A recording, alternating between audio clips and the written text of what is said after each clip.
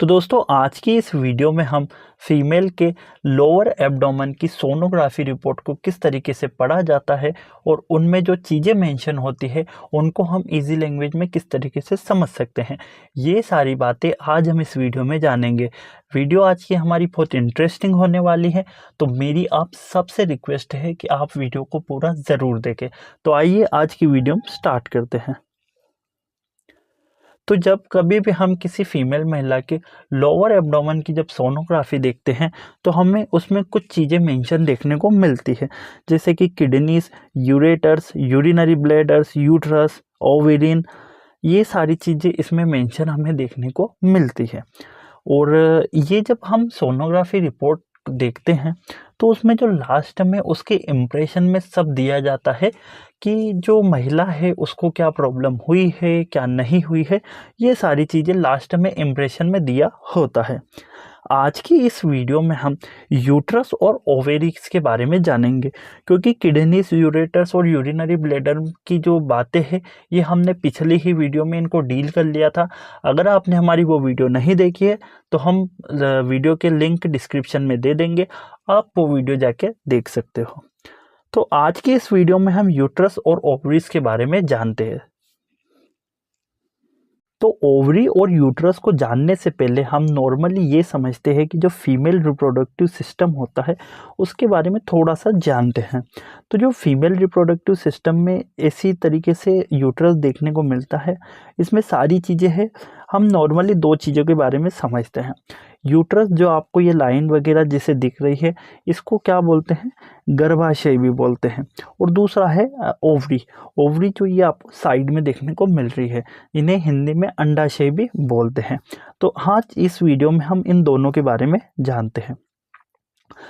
सबसे पहले हम यूट्रस के बारे में जानते हैं कि अगर किसी भी जो महिलाएं होती हैं या कोई लड़कियां होती हैं, उनकी अगर जो सोनोग्राफी रिपोर्ट होती है उसमें अगर इम्प्रेशन में फाइब्रॉइड यूट्रस लिखा हो या यूट्राइन फाइब्रॉइड्स लिखा हो, इसका मतलब क्या होता है कि उनका जो गर्भाशय होता है, यूट्रस होता है, उनमें सिस्ट का फॉर्मेशन होता है, जिस तरीके से आप ये फोटो में देख सकते हो।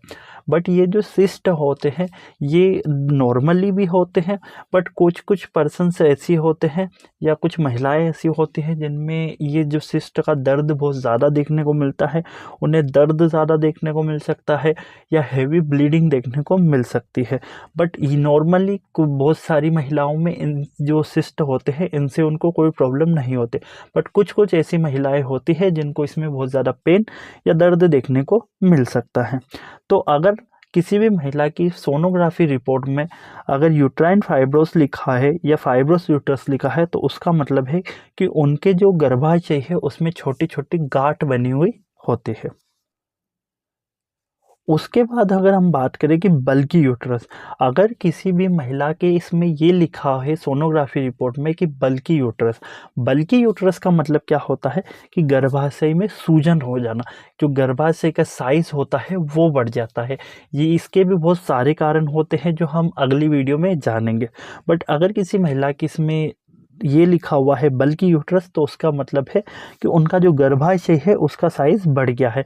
और ये भी जो साइज बढ़ता है इसका कारण होता है फाइब्रोसिस, जो अभी हमने देखा था कि जो सिस्ट के फॉर्मेशन होता है, इस सिस्ट के फॉर्मेशन के कारण ही जो गर्भाशय का साइज होता है वो बढ़ जाता है और इसमें सूजन भी हो जाता है। फिर उसके बाद है कि यदि किसी महिला की सोनोग्राफी रिपोर्ट में एंडोमेट्रोसिस लिखा हुआ आ रहा है तो इसका मतलब क्या होता है। एंडोमेट्रोसिस का मतलब क्या होता है कि एक तरीके की प्रॉब्लम होती है। अब ये क्या प्रॉब्लम होती है, तो पहले तो हम इस फोटो के माध्यम से समझते हैं। नॉर्मली जो महिलाएं होती है उनकी जो ओवरीज में से एग निकलता है और ये एक धीरे धीरे करके यूट्रस तक पहुंचता है। पर अगर मेल के स्पर्म के कारण ये फर्टिलाइज नहीं होता है तो ये जो अंडाशय होता है ये नीचे चला जाता है, जिसके कारण महिलाओं में ब्लीडिंग देखने को मिलती है। अब ये जो ब्लीडिंग होती है ये नॉर्मली होती है, बट इंडोमेट्रियोसिस की कंडीशन में क्या होता है कि ये ब्लीडिंग के जो टिश्यूज़ वगैरह होते हैं ये यूट्रस के बाहर की साइड में ग्रो होने लग जाते हैं और जो ब्लीडिंग होती है वो और दूसरी जगह से होने लगती है। जैसे कि एक इस फोटो में अभी आप देख सकते हो कि जो टिश्यूज़ वगैरह है, इनका फॉर्मेशन यूट्रस के बाहर की साइड हो गया है। तो ये जो ब्लीडिंग होगी ये यूट्रस के बाहर की साइड में भी देखने को मिल सकती है। तो ये कंडीशन होती है एंड्रोमेट्रोसिस। इस कंडीशन को जो पूरी तरीके से जो केयर करते हैं या इसका जो ट्रीटमेंट होता है वो डॉक्टर के थ्रू ही किया जाता है।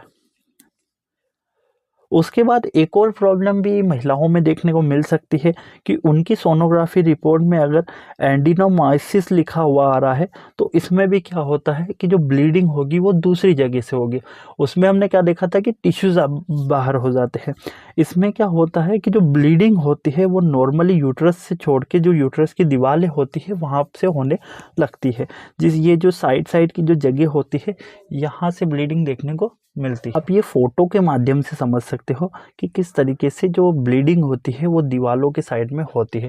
ये नॉर्मल भाषा में हम इसको दीवारें बोल रहे हैं, वैसे इसको लेयर्स होती है। 3 लेयर्स में जो यूट्रस होता है वो डिवाइड होता है।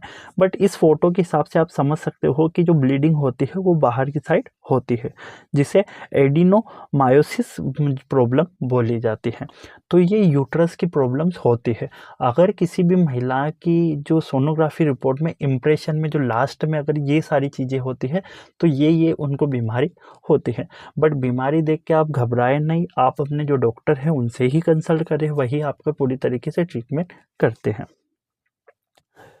अब हम बात कर लेते हैं ओवरीज के बारे में।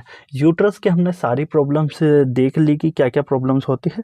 अब हम ओवरीज की बात करते हैं। ओवरीज में क्या देखने को मिलता है, तो उसमें भी 2 चीज़ें देखने को मिलती हैं।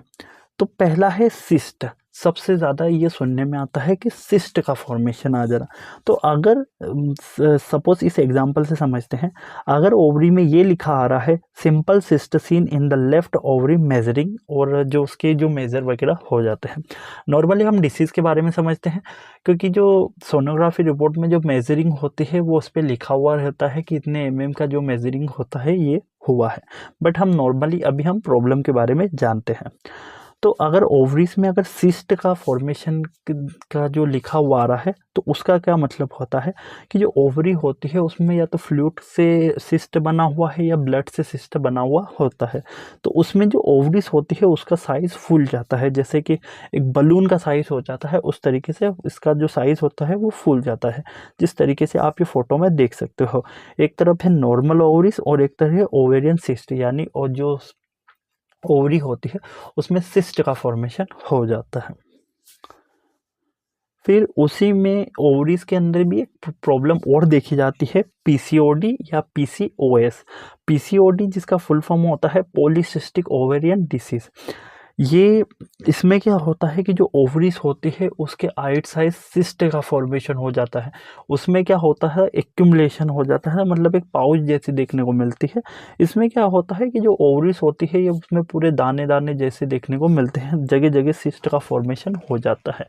और ये जो पीसीओडी होता है या पीसीओएस होता है, ये प्रॉब्लम क्या होती है इसको पूरी तरीके से हमने डिटेल में एक वीडियो बना के रखी है, उसकी भी लिंक हम डिस्क्रिप्शन में दे देंगे। आप वो वीडियो में जाके देख सकते हो कि पीसीओडी का मैनेजमेंट किस तरीके से किया जाता है, पीसीओडी क्या होता है और हमें कौन सी टेबलेट लेनी चाहिए। ये सारी बातें हमने उस वीडियो में डिस्क्राइब करके रखी है, तो आप हमारी वो वीडियो एक बार ज़रूर देखें। और आज की वीडियो में बस इतना ही। आई होप कि आपको सारी बातें समझ में आई होगी, और अगर आपको वीडियो से कुछ रिलेटेड कुछ भी डाउट हो तो आप हमें कमेंट कर सकते हैं। हमारी वीडियो अच्छी लगी हो तो like, share and subscribe. Thank you.